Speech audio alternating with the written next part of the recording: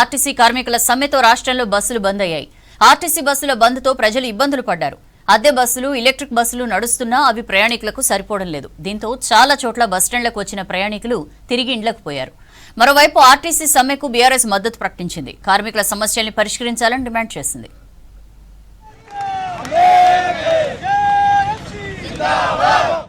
రాష్ట్ర వ్యాప్తంగా ఆర్టీసీ కార్మికులు సమ్మె బాట పట్టారు. డిమాండ్లు పరిష్కరించాలని డ్యూటీలకు గైర్హాజరయ్యారు. రాష్ట్రంలోని అన్ని ఆర్టీసీ డిపోల ముందు ఆందోళన చేశారు. ప్రభుత్వంలో ఆర్టీసీ విలీనం, పీఆర్సీ అమలు, యూనియన్ల గుర్తింపులే ప్రధాన డిమాండ్లుగా సమ్మెకు దిగారు కార్మికులు. కమిటీల పేరుతో సర్కార్ కాలయాపన చేస్తుందని ఫైర్ అయ్యారు. రెగ్యులర్ కార్మికుల సమ్మెలో పాల్గొనడంతో రాష్ట్ర వ్యాప్తంగా ఆర్టీసీ బస్సులు బంద్ అయ్యాయి. దీంతో వివిధ ప్రాంతాలకు వెళ్లే ప్రయాణికులు ఇబ్బందులు పడుతున్నారు. రవాణా శాఖ మంత్రి గారు చెప్పిన దాంట్లో ఏ ఒక్కటి వాస్తవం లేదు. మేము ఎప్పుడన్నా చర్చలకు పిలిస్తే మంత్రి గారు పిలిస్తే మేము పోనని చెప్పినామా? ఎక్కడ కూడా మీరు ఎక్కడన్నా విన్నారా? కాబట్టి మేము రమ్మన్నా కూడా రాలేదు అనే ఒక నెపం వేయడం కరెక్ట్ కాదు.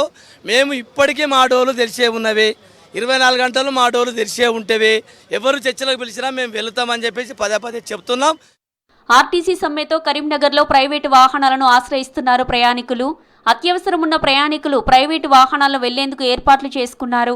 కరీంనగర్ జిల్లాలో ఎలక్ట్రికల్ బస్సులు, అద్దె బస్సులు యథావిధిగా నడిపినట్లు అధికారులు తెలిపారు. హైదరాబాద్ వెళ్లే బస్సుల్లోనే టిమ్ సిస్టంతో డ్రైవర్లే టికెట్లు ఇచ్చారు. ఆర్టీసీ కార్మికులు సమ్మె చేయడంతో వరంగల్ బస్ స్టేషన్లు బోసిపోయాయి. సమ్మె విషయం తెలియక బస్టాండ్లకు వచ్చిన ప్రయాణికులు ఇబ్బందులు పడ్డారు. కొందరు ప్రైవేటు వాహనాల్లో వెళ్తే బస్సులు తిరగవని తెలిసి విద్యార్థులు మరికొందరు ఇండ్లకు వెళ్లారు. హుస్నాబాద్ నుంచి అక్కడి నుంచి బస్సులు లేక ఆటోలలో వచ్చాము. ఇక లిఫ్ట్లు అడగడం, ఇక్కడికి వచ్చినాక వాగ్దేవికి వెళ్ళాలి, కాలేజ్ లేదు. ఆటోకి వెళ్ళాలంటే పోస్ట్ ఆఫీస్కి వెళ్ళాలి, మళ్ళీ అక్కడ లైన్లో నిల్చోవాలి. కష్టం, లేట్ అవుతుంది కాలేజీకి. ఏమలాడా సార్, చాలాసేపు అయింది వచ్చి, చాలాసేపు అయింది. ఎట్లా పోవాలి? మా పరిస్థితి ఏంది? అగో పిల్లలు జిల్లలు అందరూ పోతున్నాం, ఇక ఆపస్ పోతున్నాం సార్, అదే పరిస్థితి. ఉమ్మడి మెదక్ జిల్లాలో ఆర్టీసీ సమ్మె కొనసాగింది. కార్మికులు విధులు బహిష్కరించి డిపో గ్యారేజ్ ముందు బైఠాయించి నిరసన చేశారు. ఉమ్మడి ఖమ్మం జిల్లా వ్యాప్తంగా 7 డిపోల ముందు ఆర్టీసీ కార్మికులు ఆందోళనకు దిగారు. ప్రభుత్వం సమస్యలు పరిష్కరించకుండా కమిటీల పేరుతో ప్రభుత్వం కాలయాపన చేస్తోందని ఫైర్ అయ్యారు. మేము సమ్మెకు ప్రభుత్వం ఇచ్చిన 3 అంశాల మీద చెప్పగలుగుతున్నాం సార్, ఎక్కువ ఏం లేదు. వాళ్ళు 3 డిమాండ్లు పెట్టిరు. మేము గెలిచిన తర్వాత మేము ప్రభుత్వంలో విలీనం చేస్తామని చెప్పిరు, పీఆర్సీ ఇస్తామని చెప్పిరు. ముఖ్యంగా మాకు యూనియన్లో పునరుద్ధరిస్తామని చెప్పారు. ఆ 3 వాళ్ళు ఇచ్చిన మాటలే మేము అడుగుతున్నాం అంతే. వాళ్ళు చెప్పిన అంశాలపైన మాకు ఇవ్వాలని మేము ఈ సమ్మెకి దిగినాం. మా రాష్ట్ర జేఏసీ పీపుల్ మేరకు రాష్ట్ర వ్యాప్తంగా ఇవ్వరు, ఎక్కడి బస్సులు అక్కడే ఆగిపోయినాయి. ముఖ్యంగా గవర్నమెంట్ ఇచ్చిన హామీ మేరకు వాళ్ళు మేనిఫెస్టోలో పెట్టినటువంటి డిమాండ్లు మేము గొంతెమ్మ కోరికలు కావమై పాత డిమాండ్లే మమ్మల్ని వెంటనే ప్రభుత్వంలో విలీనం చేయడం. ఉమ్మడి నల్గొండ, మహబూబ్ నగర్, ఆదిలాబాద్ జిల్లాలోనూ ఆర్టీసీ సమ్మె కొనసాగింది. నల్గొండ జిల్లాలోని 7 డిపోలకు చెందిన 2200 బస్సులు డిపోలకే పరిమితమయ్యాయి. ఉమ్మడి నిజామాబాద్ జిల్లాలో 1880 మంది కార్మికులు సమ్మెలో పాల్గొన్నారు. మేనిఫెస్టో మాత్రం ఇవ్వండి. గత ప్రభుత్వం అయితే మీరు చెప్పిన విధంగా పూర్తి ప్రైవేట్ పరం ఉంటున్నారు. ఈ ప్రభుత్వం వచ్చిన తర్వాత అంతకంటే ఎక్కువ మీరు చేస్తూ ఉన్నారు. తప్పకుండా న్యాయమైన డిమాండ్లు ఇవి. మీరు పెట్టే డిమాండ్లు అడుగుతా ఉన్నాం కాబట్టి తప్పు చేయాల్సిన అవసరం ఉంది. మాకు వచ్చిన సమస్యలను ఒక డైరెక్ట్ మేము అధికారి దగ్గరికి వెళ్లకుండా వెళ్తే మమ్మల్ని ఏదో తీసేసినట్టు మాట్లాడతారు. అందుకనే మాకు యూనియన్ కావాలని, మేము ఒక యూనియన్ ఉండడానికి మా మధ్య వాళ్ళ మధ్య ఒక వారధి ఉంటే మేము మాట్లాడుకోగలుగుతాం.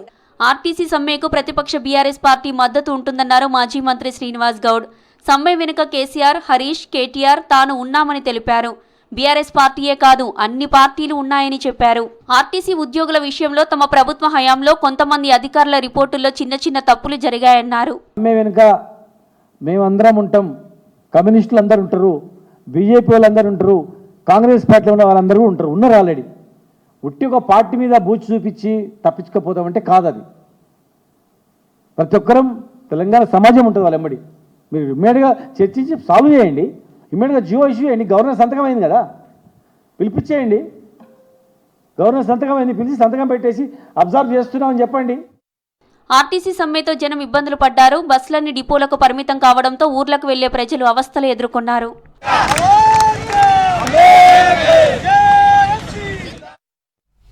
ఆర్టీసీ కార్మికుల సమ్మెతో సర్కార్ అప్రమత్తమైంది. ప్రయాణికులకు ఇబ్బందులు లేకుండా అద్దె ఎలక్ట్రిక్ బస్సులు నడుపుతోంది. మరోవైపు కార్మికులను సమ్మె విరమించాలని కోరుతోంది.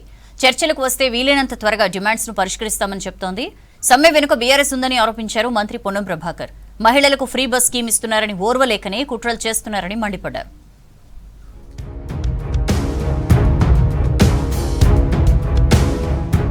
ఆర్టీసీ కార్మికుల సమ్మెతో అలర్ట్ అయింది సర్కార్. ఓవైపు కార్మికులను సమ్మె విరమించమని చెబుతూనే మరోవైపు ప్రజలకు ఇబ్బందులు పడకుండా చర్యలు తీసుకుంటోంది. కాంట్రాక్ట్ పద్ధతిలో డ్రైవర్లు, కండక్టర్లను తీసుకోవాలని ఆలోచన చేస్తున్నట్టు తెలుస్తోంది. అద్దె బస్సులు, ఎలక్ట్రిక్ బస్సులను నడుపుతోంది. మరోవైపు ఆర్టీసీ సమ్మెపై డిప్యూటీ సీఎం భట్టి విక్రమార్కతో భేటీ అయ్యారు మంత్రులు పొన్నం ప్రభాకర్, ఉత్తమ్, వివేక్ వెంకటస్వామి. ఆర్టీసీ కార్మికుల డిమాండ్లు, సమ్మెపై అనుసరించవలసిన విధానంపై చర్చించారు. సమావేశంలో ఆర్టీసీ ఎండీ, రవాణా శాఖ అధికారులు పాల్గొన్నారు.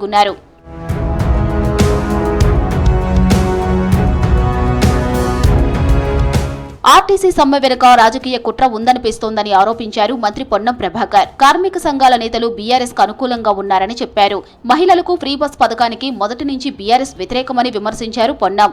సమస్యలు పరిష్కరిస్తామన్నా మొండిగా సమ్మెకు వెళ్లడం కరెక్ట్ కాదన్నారు. ఆర్టీసీ కార్మికులు లేవనెత్తిన 32 అంశాలలో 29 అంశాలకు ఎలాంటి అభ్యంతరాలు లేవన్నారు మంత్రి. ఇలా ఎట్లనన్నా ఈ ప్రభుత్వానికి మహిళలకు ఉపయోగపడుతున్నటువంటి ఈ సంక్షేమ పథకాన్ని అప్రతిష్ట పాలు చేయాలి, దీన్ని ఇబ్బంది కలిగేయాలి, ప్రభుత్వానికి చెడ్డ పేరు తేవాలనే ఆలోచనతో మాత్రమే చేస్తా ఉన్నారు. అవును, మేనిఫెస్టోలో పెట్టమన్నారు. ఇవాళ కూడా మేము పాజిటివ్గా ఉన్నాం, నెగటివ్ కాదు. ఇంపాక్ట్స్ చూస్తూ ఉన్నాం. బాల్ ఫైనాన్స్ మినిస్టర్ గారి దగ్గరికి వెళ్ళింది. ఒకవేళ మీరు నాతో మాట్లాడే ఇబ్బంది అయితే నేను ఇవాళ రమ్మంటాను, అందరినీ ఫైనాన్స్ మినిస్టర్ దగ్గర కూర్చోబెట్టి మీ అంశాలని నివేదిక ఇప్పడానికి నేను సిద్ధం. కార్మికుల సమస్యల పరిష్కారానికి 4 అధికారులతో కమిటీ ఏర్పాటు చేశామన్నారు మంత్రి పొన్నం. 4 వారాల్లో నివేదిక ఇవ్వాలని ఆదేశించామని చెప్పారు. ఆర్టీసీ విలీనం, గుర్తింపు సంఘాల ఎన్నికలు 2 పెండింగ్లో ఉన్నాయన్నారు మంత్రి. ఈ 2 అంశాల్లో పలు సాంకేతిక అంశాలు చర్చించాల్సి ఉందన్నారు. వాటిని స్టడీ చేయడానికి 4 వారాల గడువు అడిగామన్నారు మంత్రి. మేము కమిటీల పేరు మీద కాలయాపన చేస్తున్నాం. నేను కమిటీ వేయలేదు. మొట్టమొదటిసారి కమిటీ వేసినాం. 4 వారాల సమయం అడిగినాం. 4 వారాల సమయం అనేది పెద్ద సమయం కాదు. జీవోలోనే రిలీజ్ చేసిన ఆ టైం మెన్షన్ కూడా లేదు. ఓవరాల్గా జీవో లేకుండా ఓవరాల్గా అడుగుతలేరు. జీవోలోనే రిలీజ్ చేసి ప్రక్రియ ప్రారంభించినారు. జీవో వచ్చినాక 4 గంటల ఒక రోజు 4 రోజులు మీరు అధికారులకు చెప్పిన తర్వాత వాళ్ళ స్పందన ఏందో కూడా చూసేటువంటి అవకాశం లేదా? ఆర్టీసీ కార్మికులకు సమ్మె విరమించాలని విజ్ఞప్తి చేశారు మంత్రి సీతక్క. సమ్మె సమస్యకు పరిష్కారం కాదని ప్రభుత్వం చర్చలతో పరిష్కారం కోరుతోందన్నారు. రోజు లక్షల మంది విద్య, వైద్యం, ఉపాధి కోసం ఆర్టీసీ బస్సుల్లో ప్రయాణిస్తున్నారని వారిని ఇబ్బంది పెట్టొద్దన్నారు మంత్రి సీతక్క. దయచేసి ఈ సమ్మెను విరమించి ప్రభుత్వంతో చర్చలకు రావడం మూలంగా మాత్రమే సమస్యలను పరిష్కరించుకోగలుగుతాం. ఈ ప్రభుత్వం ఉద్యోగుల ఫ్రెండ్లీ ప్రభుత్వం. సమస్యలను వినడానికి ఎప్పుడు కూడా మంత్రులుగా మేము గాని, శాఖ సంబంధిత అధికారులు గాని, ముఖ్యమంత్రి గారు గాని అనేక సందర్భాల్లో మీరు ఉద్యోగులంతా ఏర్పాటు చేసుకున్నటువంటి జేఏసీతో కూడా కూర్చోవడం జరిగింది. ఆర్టీసీ కార్మికులు వెంటనే సమ్మె విరమించాలన్నారు సంస్థ ఎండీ నాగిరెడ్డి. జేఏసీ 32 డిమాండ్ల విలువ 35,000 కోట్లని చెప్పారు. సంస్థలో ఉన్న సమస్యలు కొత్తవి కావని, ఎన్నో ఏళ్లుగా పెండింగ్ లో ఉన్నాయని వివరించారు. చర్చలు ముగియక ముందే సమ్మె చేయటం చట్టరీత్యా నేరమన్నారు. సమ్మెలో పాల్గొంటే జీతంలో కోత, ఉద్యోగ నిబంధనల ప్రకారం క్రమశిక్షణా చర్యలు తీసుకునే అవకాశం ఉందన్నారు నాగిరెడ్డి. దశాబ్దాల తరబడి పేరుకుపోయినటువంటి సమస్యలు ఉన్నాయి. మొత్తం డిమాండ్స్ చూస్తే దాదాపు 35,000 కోట్లకు సంబంధించినటువంటి డిమాండ్స్ ఉన్నాయి. అందుట్లో డిస్కస్ చేసిన తర్వాత ఏది చేయగలమో ఏది చేయలేము అనేది ముందుకు వస్తుంది. సో కాబట్టి మీ ద్వారా కార్మికులందరికీ కోరేది ఏంటంటే ఈ యొక్క స్ట్రైక్ ఏదైతే ఇల్లీగల్గా చేస్తున్నారో అది వెంటనే విరమించవలసిందిగా నేను కోరుతున్నాను. ప్రభుత్వము సమస్యని పరిష్కారం చేసే దానికోసం ఆల్రెడీ ప్లాన్ చేసినారు. దాంట్లో పార్టిసిపేట్ చేయవలసిందిగా నేను కోరుతున్నాను. ఆర్టీసీ సమ్మెతో మెట్రో సర్వీసులను పెంచింది. వివిధ మార్గాల్లో సర్వీసులను పెంచుతున్నట్లు తెలిపింది మెట్రో సంస్థ. రాత్రి 11 గంటల తర్వాత కూడా మెట్రో సర్వీసులను పొడిగించే అవకాశాన్ని పరిశీలిస్తున్నట్లు తెలిపారు మెట్రో ఎండీ.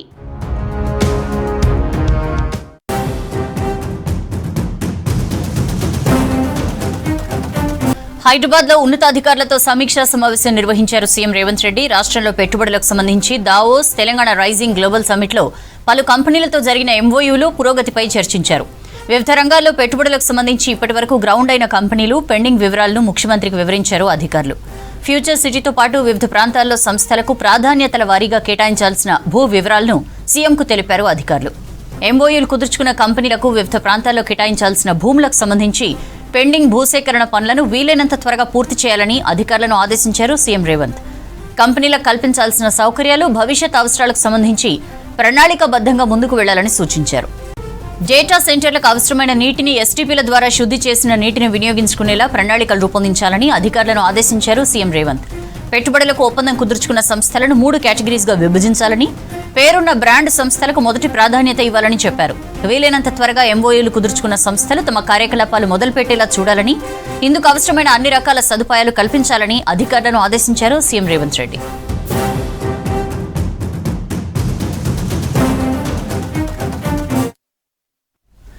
ఎలాంటి నిబంధనలు పాటించకుండా కాళేశ్వరంపై ఘోష్ కమిషన్ రిపోర్ట్ తయారు చేసిందని తీర్పిచ్చింది హైకోర్టు. ఘోష్ కమిషన్ ఏర్పాటును సమర్థించింది. కమిషన్ రిపోర్ట్ ఆధారంగా ఎలాంటి చర్యలు తీసుకోవద్దని కోర్టు చెప్పింది. ప్రభుత్వానికి ఈ తీర్పు చెంపపెట్టు అని హరీష్, కేటీఆర్ విమర్శించారు. హైకోర్టు తీర్పు కాళేశ్వరం అవినీతి విచారణకు అడ్డంకి కాదన్నారు PCC chief Mahesh Kumar Goud. Commission ఏర్పాటును కోర్టు ఎక్కడా తప్పు పట్టలేదన్నారు కాంగ్రెస్ నేతలు.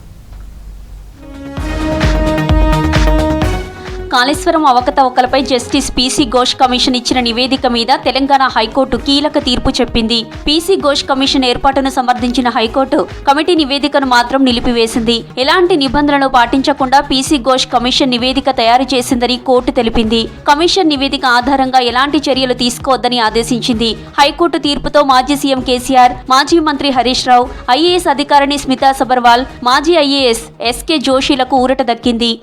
మన ఈ section 8B of the enquiries act 1952 కింద మ్యాండేటరీ నోటీస్ ఇవ్వాలి, అది ఇవ్వలేదు కాబట్టి వాళ్ళు ఇచ్చిన రిపోర్ట్ మీద ఎలాంటి చర్యలు తీసుకోవద్దని చెప్పింది. Ghosh commission is correct, appointment is correct, కానీ వాళ్ళు నోటీస్ ఇవ్వకపోవడం వల్ల దాన్ని బేస్ చేసుకుని ఎలాంటి చర్యలు తీసుకోవద్దని. ఇప్పుడు ఏదైనా చర్య తీసుకునే ముందు వాళ్ళని అడగాలి కదా, వాళ్ళని కూడా ఎంక్వైరీ చేయాల్సి ఉండే. ఇందులో వాళ్ళకి నోటీస్ ఇవ్వలేదు 8B కింద కోర్టు నమ్మి ఆ బేసింగ్ ఆన్ దట్ రిపోర్ట్ ఏది ఉందో దాన్ని చూపించుకుని ఎలాంటి చర్యలు తీసుకోవద్దని చెప్పి. కాళేశ్వరం ప్రాజెక్టులో భాగమైన మేడిగడ్డ, అన్నారం, సుందిళ్ల బ్యారేజీల నిర్మాణం, నిర్వహణలో జరిగిన అవకతవకలపై విచారణ కోసం రాష్ట్ర సర్కార్ 2024లో జస్టిస్ పీసీ ఘోష్ కమిషన్ను నియమించింది. ఈ కమిషన్ ఏర్పాటుపై హైకోర్టులో వేర్వేరుగా పిటిషన్లు వేశారు కేసీఆర్, హరీష్ రావు, సబర్వాల్, మాజీ ఐఏఎస్ ఎస్కే జోషి. ప్రభుత్వం ఏకపక్షంగా కమిషన్ను ఏర్పాటు చేసిందని, నిబంధనలకు విరుద్ధంగా విచారణ జరిపిందన్నారు.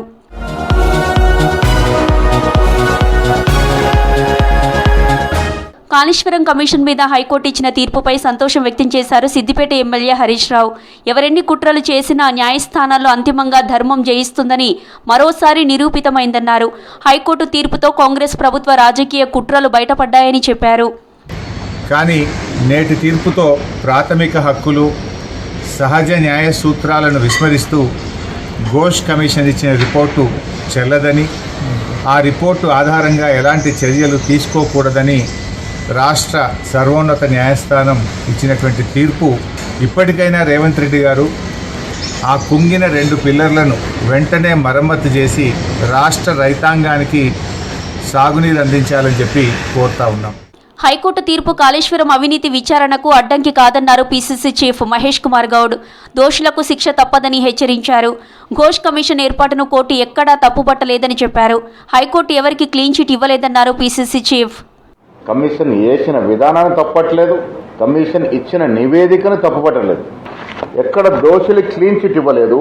కాళేశ్వరం ప్రాజెక్టులో అవినీతి జరిగింది నిజం, ఇది వాస్తవం. 1,00,000 కోట్లతో కట్టినటువంటి కాళేశ్వరం ప్రాజెక్టు 3 సంవత్సరాలను కుంగిపోయింది. కాళేశ్వరం ప్రాజెక్టులో ముమ్మాటికి అవినీతి జరిగింది. దోషులను జైలుకు పంపించే ప్రక్రియ ఎక్కడ ఆగలేదు.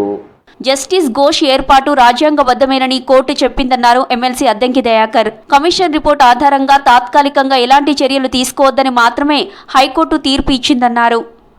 కాబట్టి అవినీతి చేసి తప్పు చేసి తప్పించుకుంటామనే ఆలోచనను బంద్ చేయండి. ఎప్పటికైనా అది బయటపడేది. కాళేశ్వరం కూలింది వాస్తవమే, అన్నిటికంటే ముఖ్యంగా మీరే ఒప్పుకున్నారు. బీజేపీతో కలిసిపోతే తప్పులన్నీ క్లీన్ అవుతాయి అనే ఒక సూత్రాన్ని మీరు అనుసరించాలనుకున్నా డెఫినెట్గా అక్కడ చేసిన తప్పు ఎప్పటికైనా బయటపడేదే. కాంగ్రెస్ నేతల కుట్ర వల్లే కాళేశ్వరం పిల్లర్లు కుంగాయని ఆరోపించారు కేటీఆర్. సరిగ్గా ఎన్నికల ముందే ఎలా కూలుతాయని ప్రశ్నించారు. ఎన్డీఎస్ఏ కాదు, దమ్ముంటే రిటైర్డ్ జడ్జి చేత విచారణ చేయించాలని డిమాండ్ చేశారు కేటీఆర్. కాంగ్రెస్ నేతల మొహం పగిలేలా కోర్టు తీర్పు చెప్పిందన్నారు.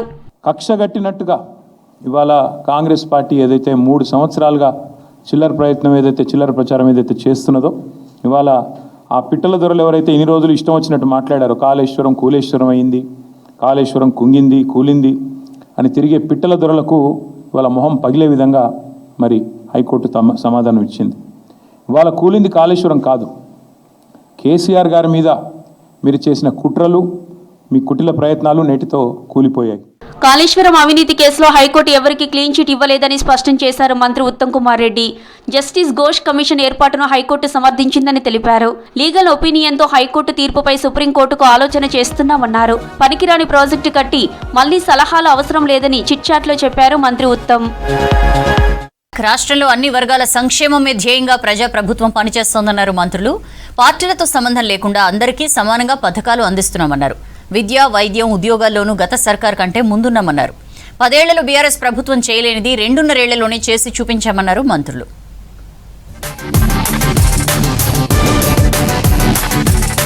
రాష్ట్రంలో విద్యారంగంలో పలు సంస్కరణలకు ప్రజాప్రభుత్వం శ్రీకారం చుట్టింది. 45 ఏళ్లు పైబడిన వారికి విద్యపై ప్రత్యేక దృష్టి సారించింది. 2025-26 సంవత్సరంలో 6.31 లక్షల మంది పెద్దలు అక్షరాస్యత పరీక్షలకు హాజరయ్యారు. విద్యార్థుల కోసం అకాడమిక్ ప్యానెల్ ఇన్స్పెక్షన్ టీమ్స్తో స్కూళ్లలో బోధనా విధానాలను మెరుగుపరిచింది. పెద్దపల్లి జిల్లాలో 61 స్కూళ్లలో ఈ విధానం అమలు చేసి బోధనలో ఉన్న ఇబ్బందులు, అనుకూలతలను గుర్తించారు.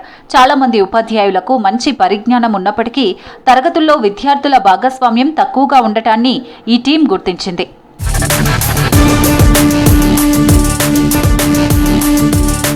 రాష్ట్రంలో గిగ్ వర్కర్ల సంక్షేమానికి సర్కారు అండగా ఉంటుందన్నారు కార్మిక శాఖ మంత్రి వివేక్ వెంకటస్వామి. హైదరాబాద్ సెక్రటేరియట్లో విధి నిర్వహణలో మరణించిన గిగ్ వర్కర్ల కుటుంబాలకు సీఎం రిలీఫ్ ఫండ్ నుంచి 5 లక్షల ఎక్స్గ్రేషియా అందించారు. రాహుల్ గాంధీ ఆలోచనలకు అనుగుణంగా రాష్ట్రంలో గిగ్ వర్కర్ల వెల్ఫేర్ చట్టాన్ని ఆమోదించామన్నారు వివేక్.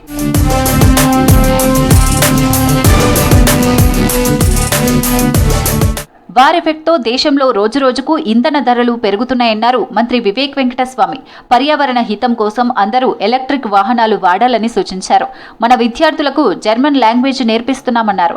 హైదరాబాద్ గచ్చిబౌలిలో ఎర్త్ డే సందర్భంగా నిర్వహించిన జాతీయ స్థాయి సదస్సుకు అటెండ్ అయ్యారు వివేక్.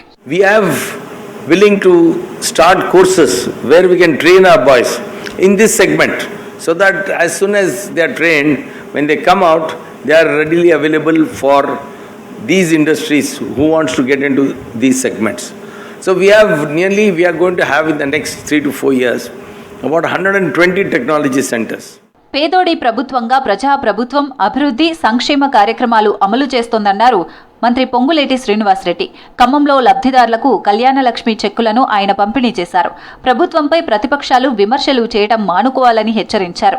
పేదవాడికి చేస్తున్న అభివృద్ధిని జీర్ణించుకోలేక విషం చిమ్ముతున్నారని ఆగ్రహం వ్యక్తం చేశారు మంత్రి పొంగులేటి. మంచివి ఏవైనా అరాకొర 1-2 ఉంటే రాష్ట్ర ఆర్థిక పరిస్థితి బాగలేదని ఆ కార్యక్రమాలని మూసేయకుండా బేసిజాలకు పోయి వాటిని పేదవాడికి అందించకుండా ఉండకుండా మంచి వాటిని మంచి అని చెబుతూ వాటిని కొనసాగిస్తూ ధనిక తెలంగాణ రాష్ట్రంలో ఆనాటి 10 సంవత్సరాలలో పేదవాడికి అందించిన సంక్షేమ కార్యక్రమాలు అనేకమైన వాటిని వారు వదిలేసిపోతే ఆ ప్రతి సంక్షేమ కార్యక్రమాన్ని గుర్తు పెట్టుకొని సీతారామ ప్రాజెక్టు ద్వారా 130,000 ఎకరాలకు నీరందిస్తున్నామన్నారు మంత్రి తుమ్మల నాగేశ్వరరావు.